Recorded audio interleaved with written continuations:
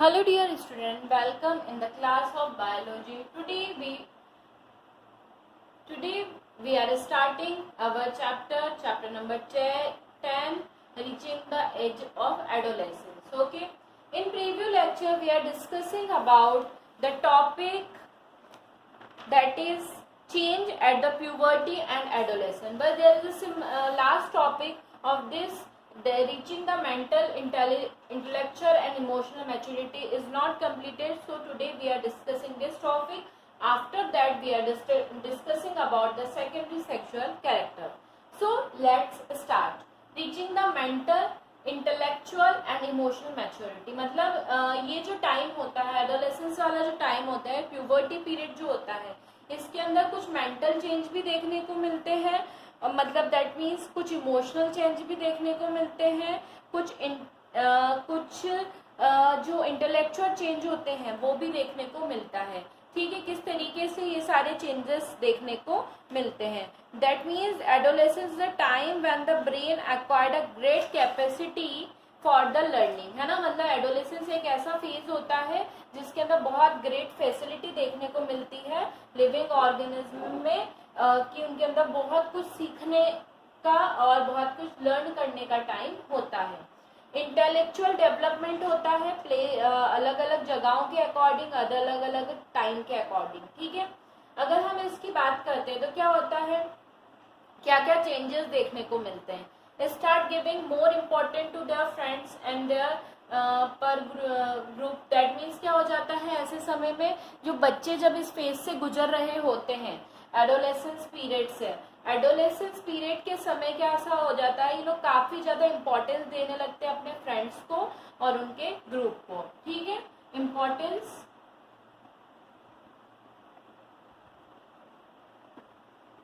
Given to their friends and group. Okay, that mean friends और उनके group को बहुत ज्यादा इंपॉर्टेंस देना स्टार्ट कर देते हैं.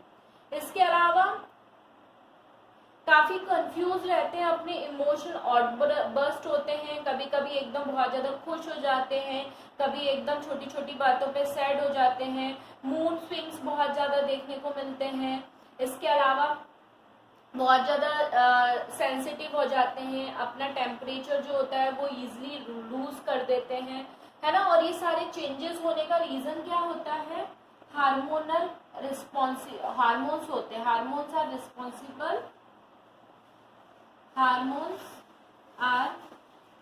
Responsible for all this changes. मतलब मैंने आपको जितने भी चेंजेस बताए ना, मूड स्विंग्स होना, एकदम से सेंसिटिव हो जाना किसी भी चीज को लेके, सैड हो जाना, जल्दी जल्दी मूड का चेंज होना, कभी टेम्पर लूज कर देना, ये सारी किसके कारण होता है, हार्मोनल. इसके लिए हार्मोन्स रिस्पॉन्सिबल होते हैं, इस समय हार्मोन्स एक्टिवेट होते हैं. क्या होते हैं हार्मोन्स, ये हम आगे डिस्कस करेंगे, है ना. इसके अलावा सेल्फ कॉन्सिक्वेंस हो जाते हैं, start feeling needed to accept understandings. मतलब क्या हो जाते हैं, सेल्फ कॉन्शियस हो जाते हैं, मतलब इन लोगों का सोच ऐसा हो जाता है कि हम जो सोच रहे हैं वो ही सही है, बाकी लोग जो बोल रहे हैं वो कहीं ना कहीं गलत है. मतलब that means they always believe on their self, है ना. दूसरों की बातों पे वो इतनी इजीली बिलीव नहीं करते हैं. लोगों के बीच में एक सोशल आइडेंटिटी जो होती है वो रिकॉग्नाइज करने का काम करते हैं. हमारी एक यूनिक सोशल आइडेंटिटी होनी चाहिए, अदरवाइज हमको कोई नहीं पूछेगा. ठीक है, उसके लिए क्या करते हैं, स्ट्रगल करते हैं. बहुत सी बार इनसिक्योर फील करने लगते हैं, है ना, जिसके कारण वो एडजस्ट नहीं कर पाते हैं अपने बॉडी और माइंड में जो चेंजेस होते हैं उनके अकॉर्डिंग वो अपने आप को क्या नहीं कर पाते, एडजस्ट नहीं कर पाते. इसके अलावा अट्रैक्ट होने लगते हैं, अट्रैक्ट होने लगते हैं किसकी तरफ, टूवर्ड या फिर अटैच्ड टूवर्ड अपोजिट सेक्स. ठीक है, अपने अपोजिट सेक्स की तरफ भी क्या होने लगते हैं, अट्रैक्ट होने लगते हैं. ये कुछ क्या होते हैं फीचर्स या कुछ चेंजेस जो होते हैं वो एडोलेसेंस के समय क्या होते हैं, बच्चों में देखने को मिलते हैं। इसके अलावा अगर हम बात करते हैं तो क्या होता है कि बहुत सारे चेंजेस जो होते हैं, इन चेंजेस में बच्चों को कंफर्टेबल कैसे बनाया जा सकता है। पेरेंट्स जो होते हैं इस समय बच्चों को प्रॉपर गाइडलाइन दें, उनको हैप्पी रखें, उनके टीचर्स पेरेंट्स उनको कोऑपरेट करें, उनके अंदर जो चेंजेस आ रहे हैं उनके बारे में उनको आइडेंटिफाइड करें, उन लोगों को बताएं। दैट्स वाई स्कूल में ये जो है स्कूल एजुकेशन में टॉपिक भी जोड़ा गया है ताकि बच्चे अपनी बॉडी के अंदर होने वाले चेंजेस को इजीली समझ पाए और उनसे डील कर पाए। Okay, so let now we are starting our new topic, next topic that is secondary sexual character.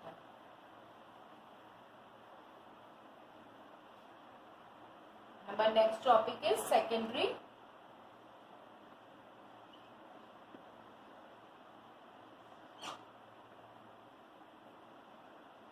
sexual characters। ठीक है, अगर हम सेकेंडरी सेक्सुअल कैरेक्टर की बात करते हैं तो क्या होते हैं secondary sexual character. Generally human body जो होती है, ह्यूमन बॉडी हमने प्रीव्यू लेक्चर में पढ़ा कि प्रीव्यू चैप्टर में पढ़ा कि टेस्टी ओवरी कैसे प्राइमरी सेक्स ऑर्गन की तरह वर्क करती है ना। और ये जो होते हैं जनरली सेक्सुअल कैरेक्टर को दो कैटेगरी में कैटेगराइज कर रखा है। प्राइमरी सेक्सुअल कैरेक्टर जो हम प्रीव्यू लेक्चर में ऑलरेडी पढ़ चुके हैं। अब हम बात करेंगे सेकेंडरी सेक्सुअल कैरेक्टर की कि क्या क्या होते हैं सेकेंडरी सेक्सुअल कैरेक्टर। अगर हम इसको डिफाइन करने जाएं प्राइमरी और सेकेंडरी सेक्सुअल कैरेक्टर को, तो कुछ इस तरीके से होता है, the sexual character which are present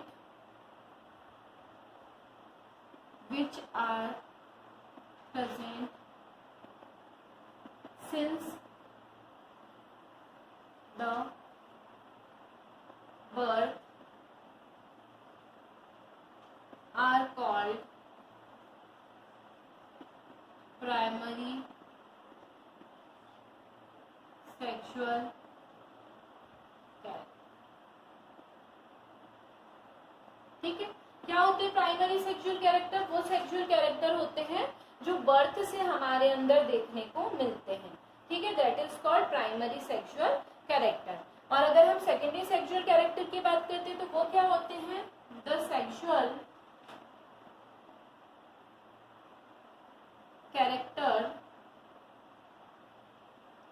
which are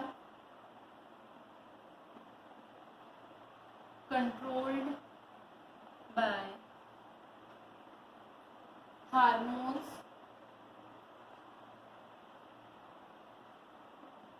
which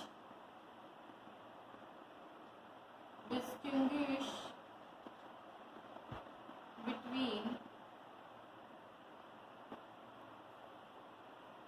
sexually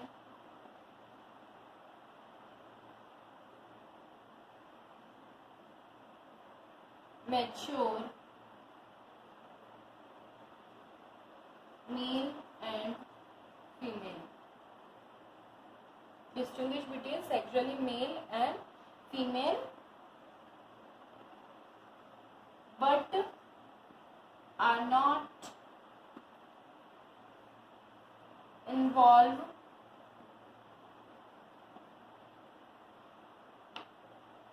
in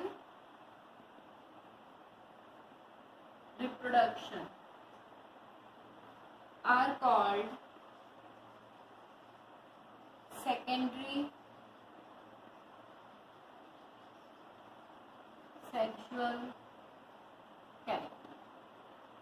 मतलब क्या बोला इन्होंने कि वो सेक्सुअल कैरेक्टर जो क्या होते हैं हार्मोन के थ्रू कंट्रोल होते हैं और सेक्सुअली मैच्योर होते हैं, जो डिफ्रेंशिएट होते हैं मेल के अंदर अलग और फीमेल के अंदर अलग, है ना, बट रिप्रोडक्शन में जो पार्टिसिपेट नहीं करते हैं उनको कहा जाता है सेकेंडरी सेक्सुअल कैरेक्टर। ठीक है, मैं यहाँ पे आपको कुछ सेकेंडरी सेक्सुअल कैरेक्टर मेल और फीमेल के बताऊंगी तो आपको क्लियर हो जाएगा कि what is the difference between male character and female secondary sexual character. कुछ कैरेक्टर्स तो हम ऑलरेडी हमारे प्रीव्यू क्लासेस में पढ़ चुके हैं, प्रीव्यू लेक्चर्स के अंदर पढ़ चुके हैं। So first we discuss about secondary sexual character in male. हम किसके बारे में बात करेंगे? मेल्स के बारे में बात करेंगे। मेल के अंदर सेकेंडरी सेक्सुअल कैरेक्टर अलग होते हैं और फीमेल के अंदर सेकेंडरी सेक्सुअल कैरेक्टर अलग होते हैं। मेल के अंदर कौन कौन से सेकेंडरी सेक्सुअल कैरेक्टर देखने को मिलते हैं, है ना? हेयर ग्रो अंडर आर्मपिट, मतलब जो आर्मपिट्स होती हैं वहां पे क्या होना? हेयर का आ जाना। ठीक है, जब प्यूबर्टी पीरियड स्टार्ट होता है ना, उस समय ये देखने को मिलता है। इसके अलावा प्यूबिक रीजन जो होता है थाइज, और यहाँ पे भी हेयर का क्या हो जाता है? अंडर द थाइज भी देखने को मिलते हैं। इसके अलावा हेयर ग्रो जो होता है, hair also grow on other part like chest, face, है ना? चेस्ट के ऊपर, फेस के ऊपर। इसके अलावा इन सब जगहों पे भी क्या होते हैं? हेयर जो होते हैं वो ग्रोथ होने लगते हैं। तब जब सेकेंडरी सेक्सुअल कैरेक्टर एक्टिवेट होते हैं। बॉडी बिकम मोर मस्कुलर, मतलब बॉडी जो होती है कैसी होती है? बहुत ज्यादा गठीली होने लगती है। गठीली दैट मीन्स की बहुत ज्यादा स्ट्रांग होने लगती है। और मसल्स जो होते हैं वो क्या होने लगते हैं? ग्रोथ होने लगते हैं, है ना? ठीक है, मतलब मसल्स का डेवलपमेंट देखने को मिलता है। इसके अलावा वॉइस डीपर, है ना? वॉइस जो होती है वो कैसी हो जाती है? भारी हो जाती है। वॉइस जो होती है वो कैसी हो जाती है? भारी हो जाती है। डीपनेस आ जाती है वॉइस के अंदर। चेस्ट और शोल्डर, चेस्ट और शोल्डर कैसे हो जाते हैं? ब्रॉडर हो जाते हैं, है ना? चेस्ट और शोल्डर कैसे हो जाते हैं? बॉर्डर हो जाते हैं। स्कल और बोन्स जो होती हैं वो भी कैसी हो जाती है? हैवी हो जाती है। स्कल्स और वेन, स्कल एंड बोन्स जो होती हैं वो भी कैसी हो जाती हैं? हैवियर हो जाती है। इसके अलावा अगर हम बात करें जो टेस्टी जो होती हैं वो क्या करती हैं? स्पर्म का फॉर्मेशन स्टार्ट कर देती हैं, है ना? क्या कर देती है? Production of producing sperm, sperm का प्रोडक्शन स्टार्ट हो जाता है। ये सारे कैरेक्टर देखने को मिलते हैं। ये सारे कैरेक्टर जो होते हैं इनको बोला जाता है सेकेंडरी सेक्सुअल कैरेक्टर। ठीक है, किसकी बात कर रहे हैं हम लोग? मेल की बात कर रहे हैं। ये सारे जो चेंज होते हैं एडोलेसेंस टाइम में देखने को मिलते हैं। और किसके कारण? एक सेक्स हार्मोन होता है that is called testosterone hormone. ये जो टेस्टोस्टेरोन हार्मोन होता है उसकी वजह से क्या होता है? ये देखने को मिलता है। क्या देखने को मिलता है? ये सारे चेंजेस जो होते हैं उसी के कारण देखने को मिलते हैं, टेस्टोस्टेरोन हार्मोन के कारण। ये हमने किसके अंदर देखा? मेल के अंदर देखा। अब ये सारे चेंजेस फीमेल के अंदर क्या चेंजेस देखने को मिलते हैं उनके बारे में हम डिस्कस करेंगे। ओके, सेकेंडरी सेक्सुअल कैरेक्टर क्या क्या होते हैं फीमेल के? इन फीमेल, तो फीमेल की अगर हम बात करते हैं तो इनके अंदर भी क्या हो जाता है? हेयर्स ग्रो होने लगते हैं। आर्मपीट के अंदर, अंडर आर्मपीट, इनके भी आर्मपीट के अंदर क्या होने लगते हैं?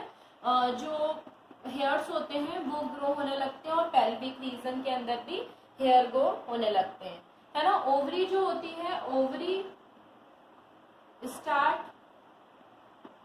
टू रिलीज, मतलब ओवरी जो होती है वो एग को रिलीज करना स्टार्ट करने लगती है। इसके बाद अगर हम बात करें तो स्टार्ट मेंस्ट्रुएशन साइकिल, हम बात कर चुके हैं क्या होता है मेंस्ट्रुअल साइकिल, क्या होता है ना? जो होती है या इसको एमसी भी बोला जाता है, ये क्या हो जाते हैं? स्टार्ट हो जाते हैं। इसके अलावा डेवलपमेंट ऑफ ब्रेस्ट जो होते हैं वो क्या होते हैं? डेवलप होने लगते हैं। ब्रेस्ट का डेवलपमेंट देखने को मिलता है। इसके अलावा हिप्स जो होते हैं वो ब्रॉड हो जाते हैं। हिप्स छोटे छोटे हो जाते हैं, ब्रॉडन हो जाते हैं, है ना? हाई